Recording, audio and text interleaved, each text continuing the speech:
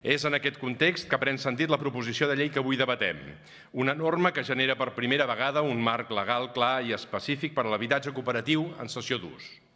Un model que evita l'especulació, que garanteix estabilitat i que sobretot posa l'habitatge al marge del mercat, blindant-lo com a bé d'ús i no com a actiu financer. I el que proposem avui no és substituir res, no és imposar res, és oferir una alternativa més potent, justa i col·lectiva per a aquells que busquen una manera diferent d'accedir a una llar.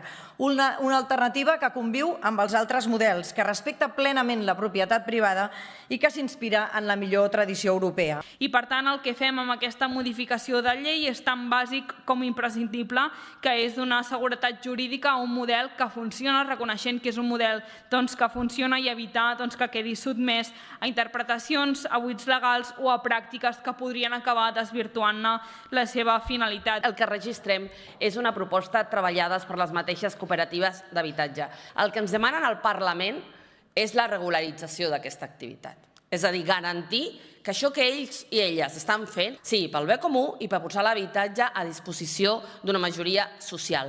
I no per especular, i no per fer-se rics, i no per aprofitar-se. Des d'aquí, fer una crida clara al govern que en el seu pla dels 50.000 no pot ser només construcció per a empreses privades, no pot ser sempre pels mateixos promotors. Com a mínim, demanem que hi hagi una reserva del 20% per a aquest tipus de projecte. Que hi ha altres formes d'habitatge, que en una societat en la que cada vegada ens intenten inculcar molt més, que hauríem de pensar només en nosaltres, hi ha sortides que són de caràcter col·lectiu. Una molt bona sortida per a tots nosaltres, si poguéssim accedir-hi, per tant, si l'administració estigués molt més al costat d'aquest cooperativisme d'habitatge a l'hora de cedir terrenys, com una alternativa desitjable, en joventut, com una alternativa desitjable en maduresa i com una alternativa desitjable de cara quan ens fem grans.